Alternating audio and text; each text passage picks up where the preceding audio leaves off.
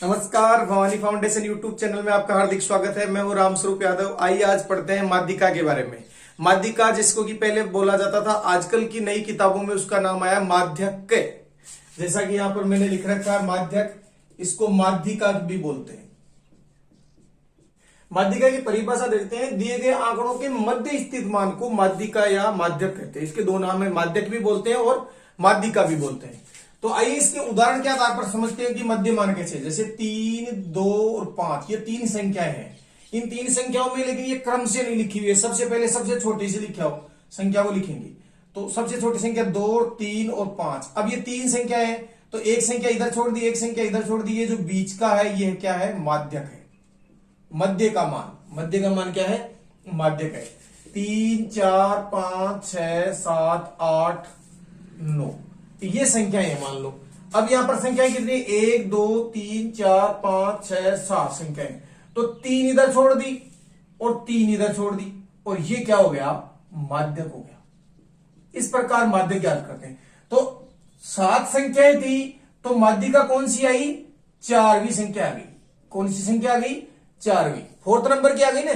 तो इसका एक सूत्र बना लिया कि माध्यक बराबर n+1/2वें पद का मान।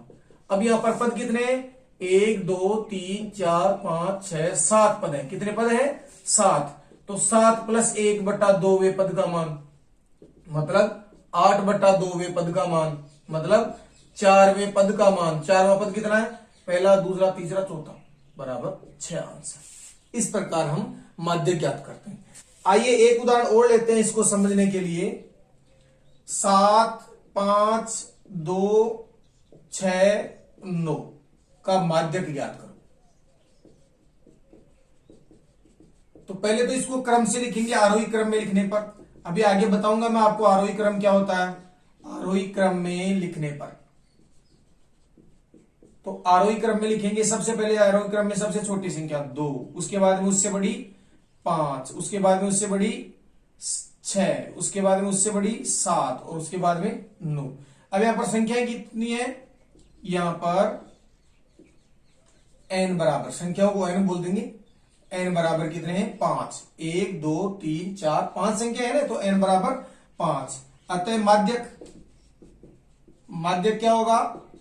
माध्यक होगा 5 + 1/2वें पद का मान। क्योंकि सूत्र क्या बताया मैंने? n+1/2। n की जगह संख्याओं की संख्या 1, 2, 3, 4, 5 है, तो 5 + 1/2 मतलब 6/2 कौन सा हो गया? 3वें पद का मान। 3 हो गए ना। 5 + 1/2 3वां को पहला, दूसरा, तीसरा कौन है? 6 आंसर। ये माध्यक आ गया आपके पास।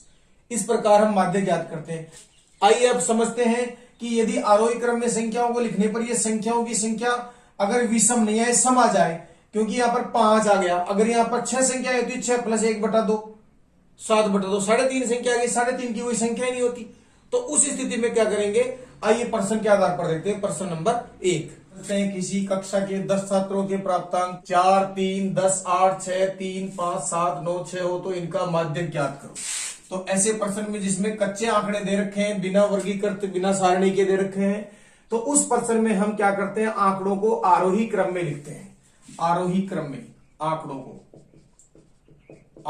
को आरोही क्रम में लिखने पर,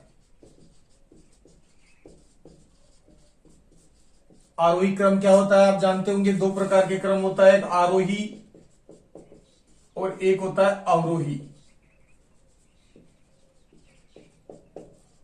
आरोही को इंग्लिश में बोलते हैं एस्केंडिंग ऑर्डर और इसको बोलते हैं डिस्केंडिंग ऑर्डर। तो ये देखो, इंग्लिश में तो आसान है समझने में। कोई भी चीज है डेफिनेशन होती है। इंग्लिश की शब्दावली है वो छोटी है, हिंदी की शब्दावली बड़ी है। तो इंग्लिश में आसानी से समझ आता है। एस्केंडिंग मतलब बढ़ते हुए और डिस्केंडिंग मतलब घटते हुए, डिक्रीज होना, इंक्रीज होना। अब हिंदी में कैसे याद रखेंगे आप? आरोही में 3 अक्षर है, आरोही 3 अक्षर है, और अवरोही में रोही 4 अक्षर है। तो अवरोही में 4 अक्षर है तो इसमें पहले बड़ी संख्या आती है, और आरोही में 3 अक्षर है, कम है, इसका मतलब पहले कम संख्या आती है।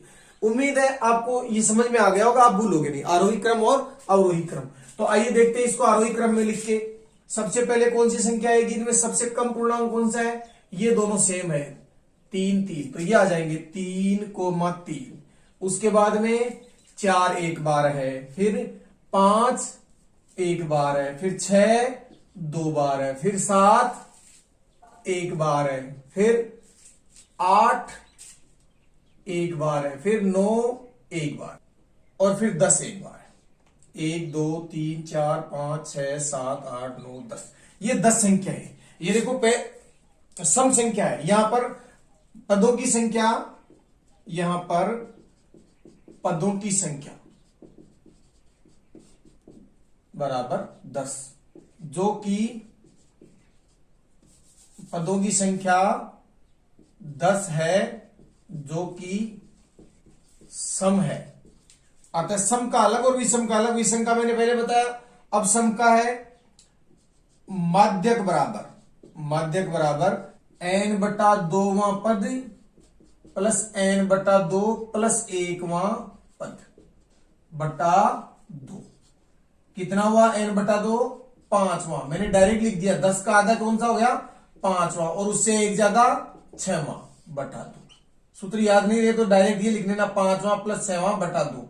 तो कितना होगा, 5वां पद, पहला पद, दूसरा पद, तीसरा पद, चौथा पद, 5वां पद और छठा पद। ये 5वां है, ये छठा है, तो 6 प्लस 6 बटा 2 बराबर 12 बटा 2 बराबर 6 आंसर। इस प्रकार यदि पदों की संख्या क्या हो, सम, तो उसमें सूत्र क्या लगाएंगे, उसका आधा। जैसे 10 पद है तो 5वां और छठा।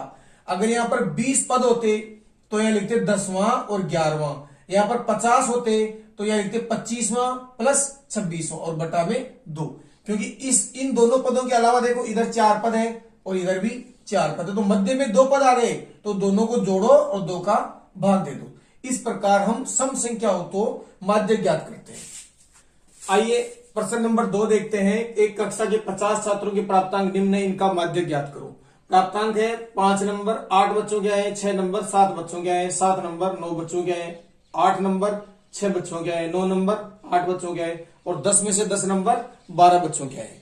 तो इसका माध्य ज्ञात करते हैं। तो सारणी को हल करने के लिए सारणी को इस प्रकार बनाएंगे, प्राप्तांक जिसको हम x कहेंगे और छात्रों की संख्या जिसको हम f कहेंगे।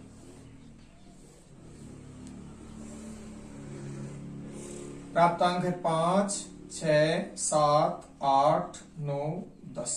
छात्रों की संख्या है 8 7 9 6 8 और 12। अब यहां पर एक कॉलम बनाएंगे CF, संचयी बारंबारता। देखो आपने पिछली क्लास में पढ़ा होगा, संचयी बारंबारता 2 प्रकार की होती है, से कम तथा और अधिक। यहां पर आप से कम संचयी बारंबारता, नेक्स्ट जब आपको मैं टॉपिक पढ़ाऊंगा कक्षा 9 का, नेक्स्ट वीडियो में जब मैं टॉपिक ये पढ़ाऊंगा तब आपको बता दूंगा से कम और से अधिक। तो अभी आप संचयी बारंबारता बनाना सीखेंगे। ये 8 है तो 8 के 8 लिख देंगे, ठीक है।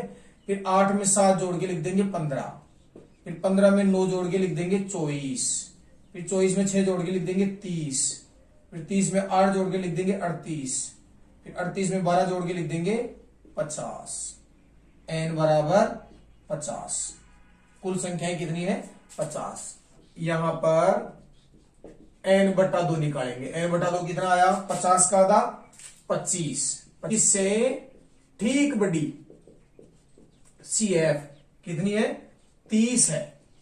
अतः माध्य 30 की स्थिति में माध्य कौन सा आया, x का मान देखना इसमें कितना, 8। अतः माध्यक बराबर 8 होगा आंसर। इस प्रकार ज्ञात करते हैं। क्या ज्ञात करते हैं, n बटा 2 से ठीक बड़ी। यहां पर n 50 है तो 25 से ठीक बड़ी देख ली 30, तो 30 वाले की स्थिति में क्या आया, 8। सीधा सरल। ये प्रश्न नंबर 3, निम्न वर्गीकृत बारंबारता बंटन से माध्य ज्ञात करो। वर्ग देखा 0 से 10, 10 से 20, 20 से 30, 30 से 40, 40 से 50। बारंबारता है 6, 20, 44, 3 और 1। इसका माध्य ज्ञात करना है। तो पहले सारणी को खड़ी बनाएंगे। पहला कॉलम क्या है, वर्ग, और दूसरा बारंबारता। बारंबारता को F कहेंगे।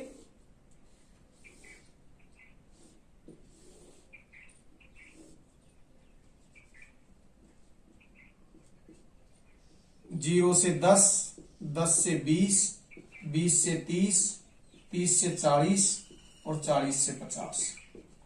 बारंबारता है 6, 20, 44, 3 और 1। यहां पर आप वही कॉलम बनाओगे CF।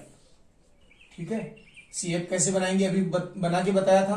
बनाएंगे 6 का 6 लिख दिया, 6 में 20 जोड़ा, 26 लिख दिया, 26 में 44 जोड़ा, 70 लिख दिया, 70 में 3, 73 और 73 में 1, 74। यहां पर n बराबर 74 लिख देंगे। यहां पर n बटा 2, 74 के आधे कितने होते हैं 37 से ठीक बड़ी संचयी बारंबारता कौन सी है?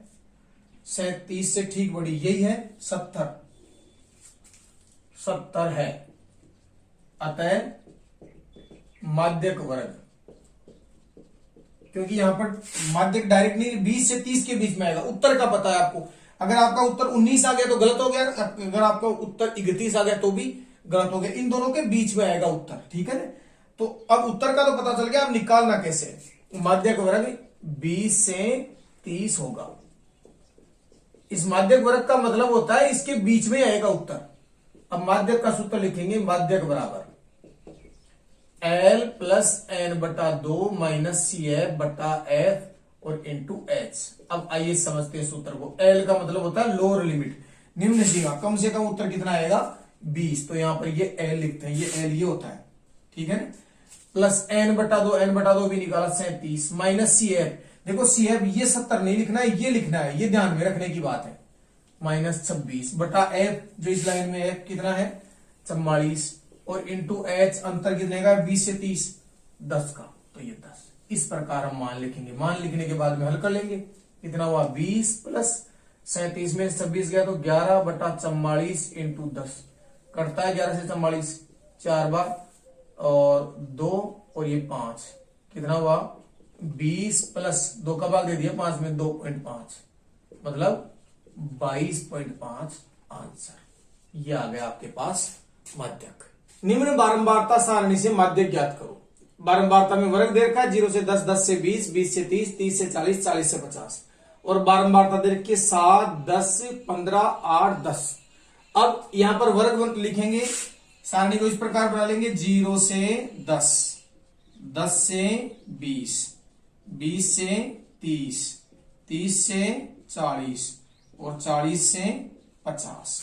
बारंबारता 7, 10, 15, 8, 10। जोड़ना है CF में, 7 का 7 लिख दिया, 7 में 10 जोड़ दिया 17 आ गया, 17 में 15 जोड़ दिया 32 आ गया, 32 में 8 जोड़ दिया 40 आ गया, 40 में 10 जोड़ दिया 50 आ गया। n बराबर 50।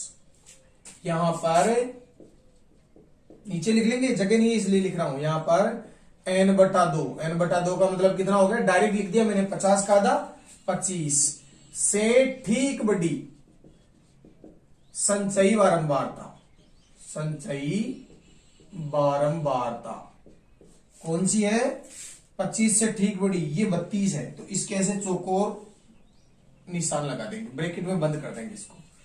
32 है, अतः माध्यक वर्ग, माध्यक वर्ग, माध्यक वर्ग क्या होगा 20 से 30, 20 से 30 इन्वर्टेड कोमा में बंद कर देंगे, होगा ये माध्यक होगा।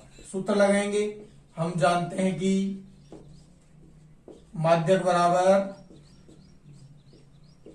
L प्लस n बटा 2 माइनस CF, इस प्लस की सीन में बटा F इंटू H। L की जगह निम्न सीमा 20 प्लस n बटा 2 अभी निकाला था 25 माइनस CF, ये नहीं लिखना ये लिखना है 17 बटा F, F कितना है F के कॉलम में ब्रैकेट में बंद 15 और इंटू H, अंतर कितने का है यहां पर 10 का है तो इंटू 10 कितना हुआ 20 प्लस 25 में 17 गया तो 8 बटा 15 इंटू 10 करता है तो काट दो, नहीं हल कर दो।